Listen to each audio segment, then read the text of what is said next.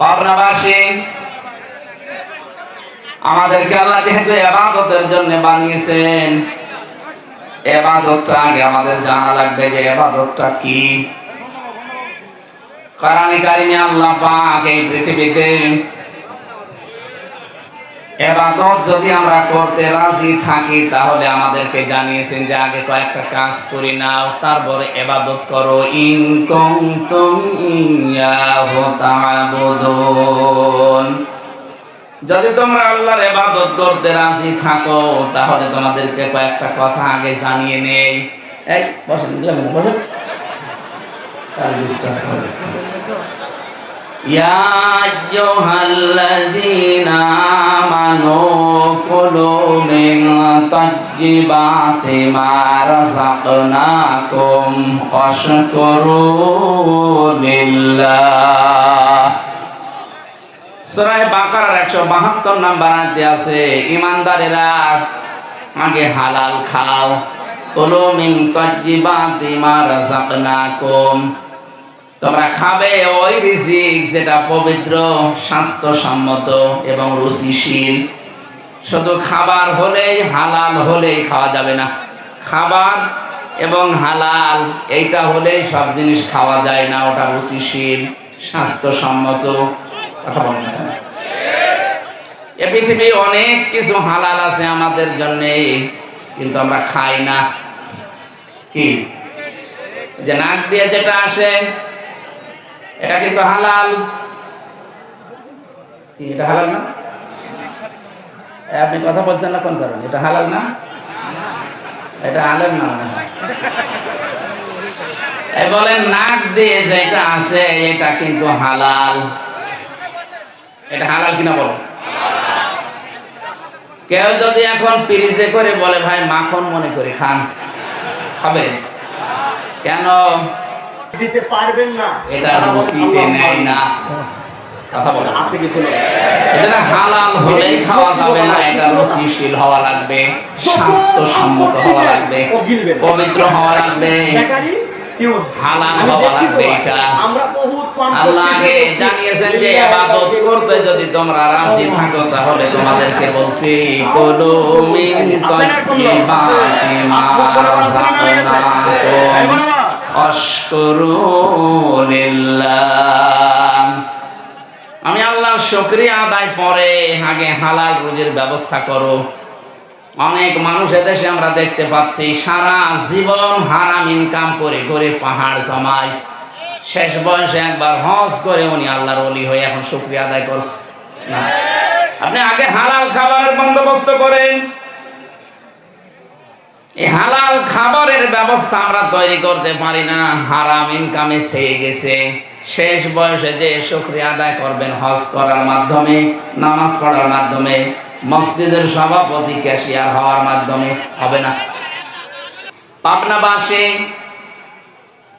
আমি যেটা বোঝাতে চাই এ পর্যন্ত এসে, আজ বাংলাদেশে এই 53 বছর আমরা দেখতে পাচ্ছি বহু মানুষ ইনকামের এই বিষয়টা গুরুত্ব দিতে চায় না। বাবা শাহজালাল মদের কাছে কুত্তা বিড়াল সব হালাল, এই থিওরি নিয়ে ঘুষ সুদ যত রকমের আছে সব উনি খাচ্ছে। শেষ বয়সে এসে একবার হজ করে উনি মনে করছে আমার আর কোনো অসুবিধা নেই।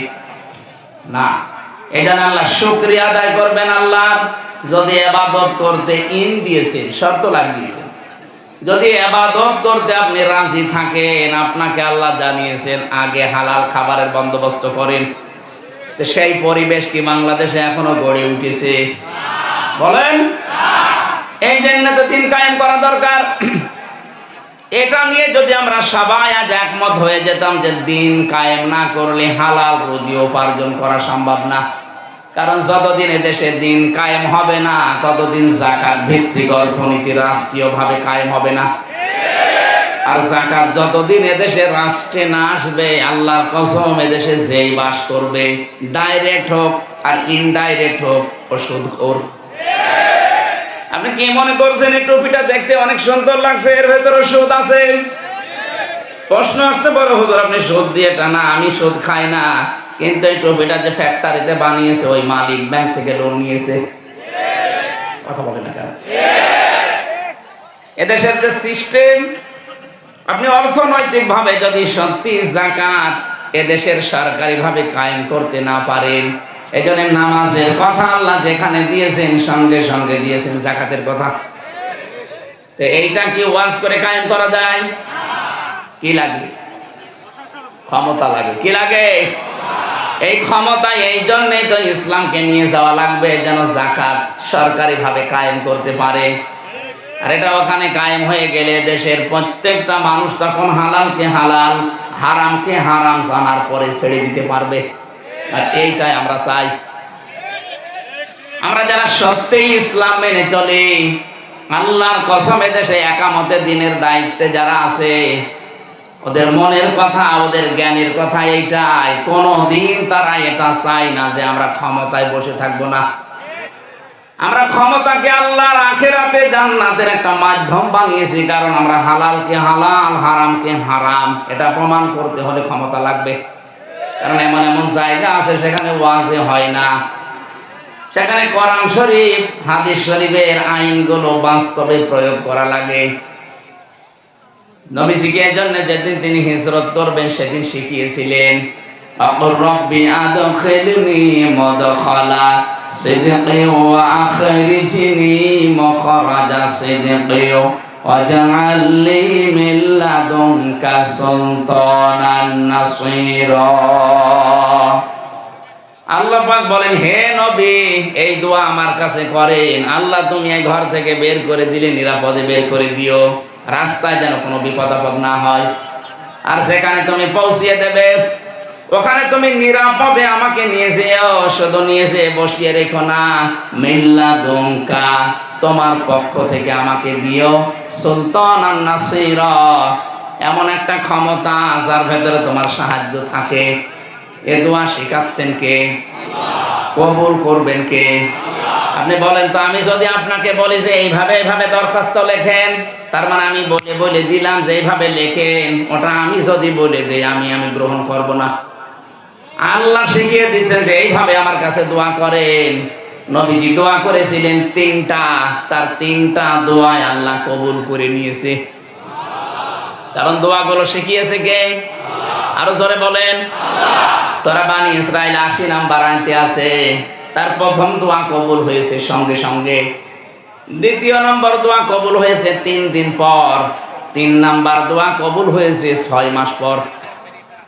এই এদিকে খেয়াল করেন না, মানুষ নাকি আপনি কোন দিকে তাকিয়ে আছেন? আপনি হ্যাঁ, রাত ১২টা পার হয়ে গেছে, এদিকে তাকানো যায় না? একটা জিনিস বলছে না, দেখেন তো আলেমরা কিভাবে শুনছে, এর জ্ঞান নেই এদের। এটা না শুনলে পারত। এটা যেমন ইবাদত চলছে, অনেকের এখন ধারণাও নেই আসলে ইবাদত চলছে। এটা আপনি নামাজে দাঁড়িয়ে থাকলে যে সওয়াব পেতেন এখন তাই পাচ্ছেন। নামাজে দাঁড়িয়ে যেমন কথা বলতে পারেন না, এখনো কথা বলতে পারবেন না। যত কষ্ট হোক, মশায় কামড় দিক, তাও স্থির ভাবে থাকবেন। নবীজির প্রথম দোয়া কবুল হচ্ছে সঙ্গে সঙ্গে। জিবরাইল এসে বলেন, হে নবী, আপনি শুধু এক মুষ্টি বালি হাতে নিয়ে সামনের দিকে ফিকে মারেন, বাকি যা করার ওটা আমার আল্লাহর কুদরত করবে। সঙ্গে সঙ্গে তার দোয়া কবুল হয়েছে, তিনি নিরাপদে বের হয়ে গেলেন। দ্বিতীয় নম্বর দোয়া কবুল হয়েছে ৩ দিন পর। কয়দিন? উনি যে বলেছিলেন আমাকে নিরাপদে বের করে দাও, একেবারে গাড়ে সোর, যেখানে ৩.৫ ঘন্টা সময় লেগেছে আমার মতো যুবক মানুষের উঠতে। এখন তাও তো সিঁড়ি করা আছে, কোনো লতা পাতা ধরে ওঠা যায়। আর ১৫০০ বছর আগে নবীজি যখন উঠেছিলেন তখন তো এরকম সিঁড়ি করা ছিল না। আমার এই ৩.৫ ঘন্টা লাগলে তাও ৪-৫ জায়গায় আমি বসেছিলাম। চিন্তা করেন তো, মুহাম্মদুর রাসূলুল্লাহ এবং আবু বকরের কত ঘন্টা লেগেছে? কমপক্ষে ওই সময় ৫-৬ ঘন্টা লাগার কথা, এত উপরে। তাও এই ১৫০০ বছরের ভেতরে পাহাড়টা তো অনেক কেটে কুটে ছোট করে ফেলেছে। তখন কত উপরে ছিল? এই জায়গা পর্যন্ত কাফেররা পৌঁছে গিয়েছিল। নবীজিকে আল্লাহ ওই জায়গা থেকেও বাঁচিয়েছিলেন। কবুতরে ডিম পেড়েছে, মাকড়সা জাল বুনিয়েছে, কাফেরদের চোখে আমার আল্লাহ পর্দা ফেলে দিয়েছিলেন। হযরতে আবু বকরের সময় পর্যন্ত চিন্তায় তিনি বলেছিলেন, হে নবী, আমরা তো মনে হয় ধরা পড়ে গেলাম। নবীজির ঈমান ওই সময় এত পাকা, এত পক্ত ছিল, নবীজি বললেন, লা তাহজান ইন্নাল্লাহা মা'ানা। কখনো না, আমরা দুইজন না, আমাদের সাথে আরেকজন আছে। কে? আল্লাহ এই কথাটা শুনে এত বেশি খুশি হয়েছিলেন, রব্বুল আলামিন বলেন, সঙ্গে সঙ্গে আমি আল্লাহ তাকে বাঁচানোর যত পদ্ধতি সব আবিষ্কার করে দিয়েছি। ওই যে মাকড়সার জাল, কবুতরের ডিম পাড়া, ভেতরে যে সাপের কামড় থেকে আমার আল্লাহ মুক্ত করে থুথুর মাধ্যমে, থুথু মোবারকের মাধ্যমে বাঁচিয়ে দেওয়া, 3 দিনের ভেতরে আমার আল্লাহ এটা করেছিলেন। উনি যে বললেন, আল্লাহ আমাকে বের করে দেন নিরাপদে, রাস্তায় যেন জানিয়ে যাবেন নিরাপদে। যদিও বিপদ এসেছিল, আল্লাহ বাঁচিয়ে দিয়েছেন ওই দোয়ার কারণে। 3 নাম্বার দোয়া কবুল হয়েছিল 6 মাস পর। কত? ওখানে যে তিনি দল তৈরি করেছিলেন, নিজের যা ছিল, এখান থেকে ইহুদি, খ্রিস্টান, মুশরিক সবার সাথে জোট গঠন করে ঐক্যবদ্ধ হয়ে আগে দেশ বাঁচিয়েছেন মদিনাকে। বহিঃশত্রু থেকে আমরা সবাই মদিনাকে বাঁচাতে চাই, এই জন্য আমরা সবাই এক। হয়তো ধর্ম আমাদের আলাদা আলাদা, কিন্তু দেশ আমাদের সবার। আমার মনে হয় সেই সময় এখন বাংলাদেশে চলছে। ধর্ম আমাদের আলাদা আলাদা থাকতে পারে, দলীয় মতবাদ আলাদা থাকতে পারে, কিন্তু দেশের জন্য এখন সবাই এক। আগ্রাসন যেটা চলছে ভারতে, এটা বন্ধ হওয়ার জন্য একমাত্র পদ্ধতি আমাদের এক হওয়া লাগবে, তাছাড়া উপায় নেই। প্রশ্ন আসতে পারে, ওদের 120 কোটির উপরে মানুষ আর আমাদের শুধু 18 কোটি, তাতে কি? ওদের একটা জিনিস নেই, ঈমান। এইটা না থাকার কারণে ওদের সবচাইতে বেশি ভয় মরণের। ওয়ালা তাজিদান্নাহুম আহরাসান নাসি আলা হায়াতি ওয়া মিনাল্লাযিনা আশরাকু। সূরা বাকারার ভেতরে আল্লাহ বলেন, হে নবী, অবশ্যই আপনি দেখতে পাবেন এই পৃথিবীতে যারা মুশরিক, তারা সবচাইতে বেশি, তাদের কাছে সবচাইতে লোভনীয়, সবচাইতে আকর্ষণীয় তাদের জীবনটা।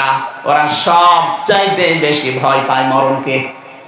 এই জন্য ওদের মরণ হবে এরকম কোন রাস্তা যদি একটু খুলে দেওয়া যায়, দেখবেন থেমে যাবে।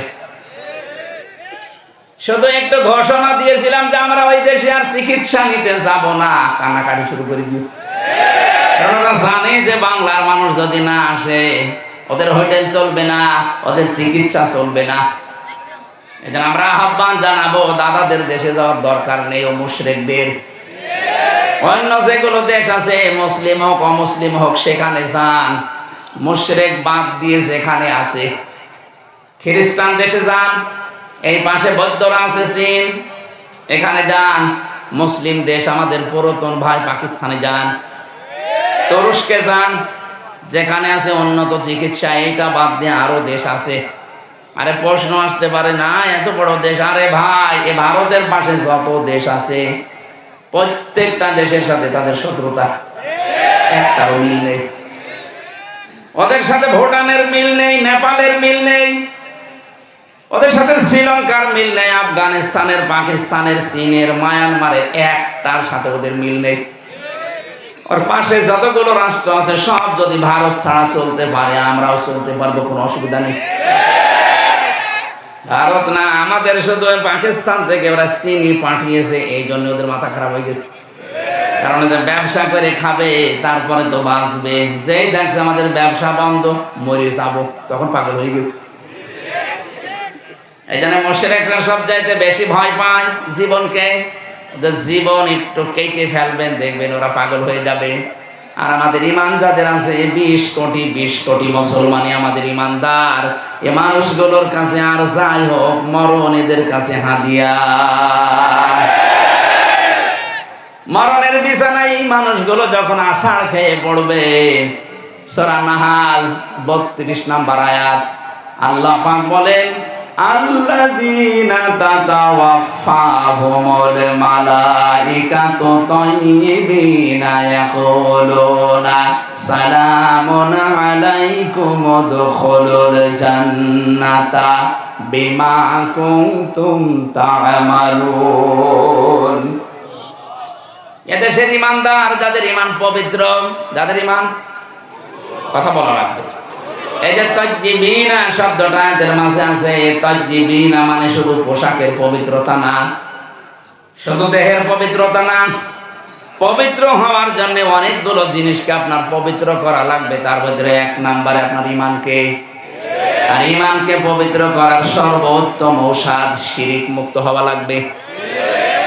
আমাদের দেশে শিরিক ছিল না, এখন নেই। অজাতি শিরিক মুক্ত হওয়া লাগবে, এইটাই হচ্ছে পবিত্রতা। এটা বিশ্বাসের শিরিক। আমাদের ধর্মের ভেতরে অনেক শিরিক ঢুকে পড়েছে বিভিন্ন। এই শিরিক থেকে আমাদের আকীদা, আমাদের ঈমান, আমাদের বিশ্বাস, এগুলো থেকে যদি আমরা পবিত্র হতে পারি, বিছানায় যখনই পড়ে থাকবেন মরণের ফেরেশতা আসবে, একটা দুইটা না, মালাইকা বহু বছর এসে বলবে কোনো ভয় নেই, কোনো চিন্তা নেই। ইয়াকুলুনা সালামুন আলাইকুম উদখুলুল জান্নাহ, প্রবেশ করো ওই জান্নাতে শান্তির সাথে। বিমা কুনতুম তা'মালুন, তোমরা যা করতে তার বিনিময় এটা। এই জন্য ওদের 120 কোটি না 500 কোটি হলেও কোনো ভয় নেই। হযরতে খালিদ বিন ওয়ালিদকে মানুষ জিজ্ঞাসা করতো যে আপনি একা হাজার হাজার কাফেরের সামনে আপনি ঢুকে পড়েন, ভয় লাগে না? উনি বলেন আমি নবীজির কাছে শুনেছি ঈমান যাদের আছে এই মানুষগুলো জিন্দা, ঈমান যাদের নেই এগুলো মুর্দা। 1000 লাশ পড়ে আছে মুর্দা, আমি একটা জিন্দা মানুষ, আমি এখানে ঘুরে আসতে পারবো কিনা? কথা বলে না কেন? তা আমি যখন জিহাদের ময়দানে যাই, আমি যেহেতু ঈমান আছে, আমি জিন্দা, আমার সামনে যা দেখি কাফের ওগুলো মুর্দা। এখানে অস্ত্র একটা হাতে নিয়ে, ছুরি নিয়ে যদি একটা ঘোরণ মেরে ঘুরে আসি, আমি জানি যে সব তো মুর্দাও নড়তে পারবে না। আল্লাহ পাক আমার ঈমানের ভেতরে এমন কিছু সেই সময় দিয়ে দেয়, আমি যেন এই বিশ্বাস নিয়ে যাচ্ছি যে আমি একাই জীবিত, আর সব মরে গেছে। এই জন্য আমাদের 18 কোটি মানুষ, আমাদের ঈমান শিরিক মুক্ত যদি সত্যি আমরা করতে পারি, ওরা আরো ভয় পাবে। এমনি এখন ভয় আছে।